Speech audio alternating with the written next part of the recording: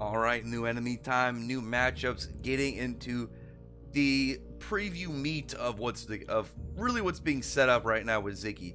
I'm I'm very curious right now of one before we even get into it if it's being built up like this whole as a mini arc to just have somebody like Ziggy back in the picture and have him somewhere around the universe.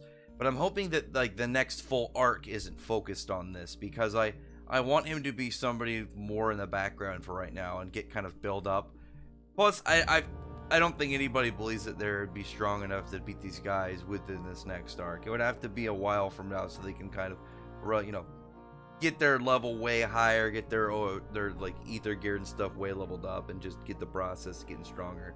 But anyway, yeah, these dudes look badass. I really like these dark stars. These dudes are pretty freaking cool. But as it were, like you have Ziggy, all is his old damaged and mossy, gross self, and just a beaten up machine, trying to get Pino to go with him. And this is a little sad part because I really would have. I talked about this on stream. I would rather have Ziggy actually be evil and really be a bad guy with no real like good guy quantities in reality. Like he's just a bad guy.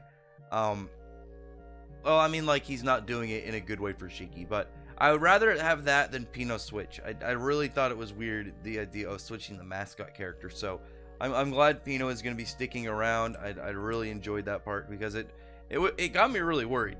That part really bugged me for a minute, but like he's bringing his ship. He's bringing Eden's one. Hermit saying she's never heard of it. And I was wondering if like it was made of a class, like there's multiple Edens going to be ships and levels, which there still could be. Like maybe like the EL evolve the Edens 1 to the Edens 2 or the Edens Prime or something, some just higher end version.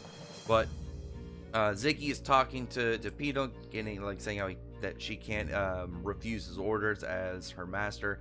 But as we know, that's really what she's kind of like regarded Cheeky as her master. So I like that it was a nice little sad part for her, and I'm glad to see it was resolved in the chapter because that's honestly that's not a plot line I would have wanted. It could have been interesting, but I didn't like the idea of it. I like Pino. I think she adds like a really fun like little extra bit to the series that would have been bummed out to have her away for a while. But after that point, like he's explaining like I'll tell you the reason you were born and you gotta obey your programming. And I think that part is really important when Ziggy says like he'll tell her the reason why she was born, because I feel like Pino has to have some secret use that we don't know about, that it's very specific, maybe some high-end thing to help Ziggy on his journey. Because out of everybody there, including the Shining Stars, like he went for Pino, so Pino has to be like a more advanced machine than any of the Shining Stars, considering she has to be newer, but also the fact that she has to be a big deal of some kind. So I feel like she's going to end up just being a better machine altogether at some point in the future. I'd like to see it, which it'd be kind of weird right now because there was that part where there's we kind of like said like you could be one of the Shining Stars one day. But there's 4 of them, so one of them would have to get killed off before, if you wanted to cycle a Pino in there, or just add a 5th spot, I don't know. But Pino's, like, programming started to take over for a minute, like, she was, like, starting to delete information in her head. That had me worried again. I really was like, please don't actually do this plot line. This is one that will make me too sad, and I think it doesn't have as much, like, long-term, like, scale value into, like, the plot. I like that it went through very quickly, but still had a nice little moment for Pino, because you don't want to overwork your mascot. They're your fun, like, for the most part they're your fun comic relief and like little good vibes, for like pure good vibes characters. You just want them to be there and be helpful in small ways. I don't know, but Ziggy then just lifts up his arm, destroys a whole chunk of the Grand Bell Kingdom, just makes these big ass fissures in the ground, and is just tearing up terrain, like definitely being in danger. I did really like Shiki going over to Rebecca. I really like seeing that, going to help her, make sure she's okay. You had Amora and Wise. You had Hermit not needing anybody to help her. She's, little hacker ninja. And it's just getting a little bit more dangerous for him. A little sad because Pino, man, I'm still really rereading it right now, just because I'd like to go through the motions of it again. Before, like, every time I do a review, and just seeing Pino like set up for it again, and Shiki's not telling her to like that she has to come with them, and she has to stay with them. It's really him just telling her to have her own free will and decide like what she needs to do on her own. And I like that. I like that Pino really has been this kind of Pinocchio, like robotic Pinocchio, because obviously, like, if you're a puppet, like if Pinocchio wanted to be a real boy, not controlled by somebody else, and then become like flesh and real. So I like that with Pino, though. I like that with Pino a lot. I think that it's her own fun little story. And after she, came to her senses and was able to overcome like the programming in her head, she just like cried that she wanted to be with with Shiki, and she wants to be human. I like that her dream like helped her kind of like come to her senses again. And I think that even if some people will be like, well, how does a machine do this, blah blah, like, listen, she's a like weird autonomous magic energy machine. She's on her way to being like a person. She's like fully sentient too, so she's already doing like weird non-robot real robot kind of like, I mean, in reality she is almost a magic robot, so she's good. She can do things that you have to not use hard science on. Well, I guess programming computers, how they work. This one has a soul, so nobody's allowed to say that Pino doesn't have a soul. Let's just put that out there instead. Easy solution, nobody arguing with it. But Ziggy going up to the ship and then like relaying over, I like that almost immediately after, like when they get to the ship and then they go out and they get like communication with him. He's already fixed up. That's one thing that isn't really emphasized in the chapter. But like Ziggy, the next time you see him, because one, Captain Connor's there. I like that Captain Connor is on the ship. I'm wondering what his whole like what story kind of aspect that's really gonna like be revealed on his part, because he had that in the in the World 29 in that timeline. So was he already on this ship? Was he waiting? And what reason was he kind of just floating through space? Like, what will be the reason that that version of him is not tied to like what was going on? Like, why did he get voided out in that time?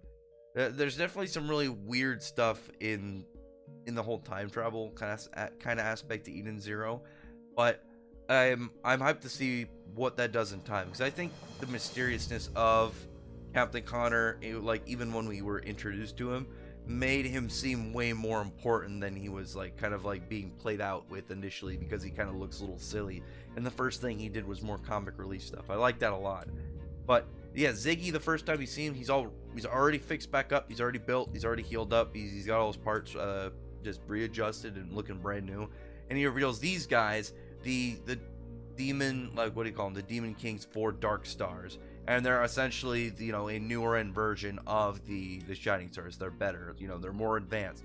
And I like that aspect as well with Hero Machine. What he's doing here with the machines is he's using the whole idea of like machines advancing and becoming like, as they evolve, the old stuff becomes obsolete, and how he's incorporating that in the story. I think that's really interesting.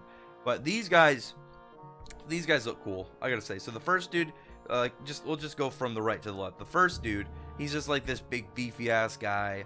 He looks cool. He doesn't look great, but I do like that he has an axe, because we very rarely see axes like properly used in the series. We don't get that many badass axes. That's one of the reasons I was really happy with one of the guys earlier. I can't remember his name. He was one of Kurenai's people. The fast dude, the big animal dude. He had an axe at one point, I'm pretty sure. But I'm happy to see that. I do like when we see weapons that aren't as regularly used. But we do also get a dude with the staff, but we'll have to wait to get them. Next up is this guy who just looks like he's probably like some animalistic predator dude, with his like the weird way he's kind of like slunched over. He doesn't have a normal looking head. I mean, the other dude looks like he has like sort of a normal head. I can't tell if he's looking away, and that kind of just looks like a helmet. But I don't know, I feel like this dude, this like weird predator, machine predator, his head is too small to like be a helmet, so it just looks more animalistic to me. And then we have this like vampiric priest looking guy. He's got like a staff on his back. He's looking pretty badass with his cloak. I like it. I think that looks pretty good. But the coolest one 100% is this robotic like Victorian Pennywise. This dude looks badass. And generally like clown designs look scary. They either look kind of like very silly or kind of like that dark clown scary look. This just looks cool, because there's also like a level of masquerade to it, because of the fact that it's a it looks kind of like a mask and not as much like a person's face. So I think this is really cool. I really like this design. I think this is fantastic, and I'm hoping this guy's their leader. I'd like to see this guy be the big boss on him. I feel like though I feel like just looking at the design setup, because it's like the exact opposite end of when we saw the 4 Shining Stars standing to go fight Drac and Joe's crew. I think that this guy is gonna be Hermit's enemy because it's literally mirrored over, and when you have Homura, I feel like the dude with the weapon makes the most sense, and they're both on the opposite end. So it would just, I think it would align better if it was kind of like that. You had this sick parallel panel on purpose instead of just a really cool one by coincidence. But Shiki's upset. He's like talking about, aren't you the one that taught you, the value of friendship? And I know some people are gonna be like, oh my god, friendship. Listen, I don't care what you have to say. I like the themes. I think it works well, and I'm pretty sure that it's been shown a lot of fan translations as well. Don't just go as key on there. There's like different terms, but they always go for friendship when they go into English. But I do like the idea of it because because like with the idea of a machine, you can't really be friends with the lesser machines because you're all constantly going to just be advancing and going higher and higher and higher and higher. And when something's obsolete, you're not going to really care too much about it.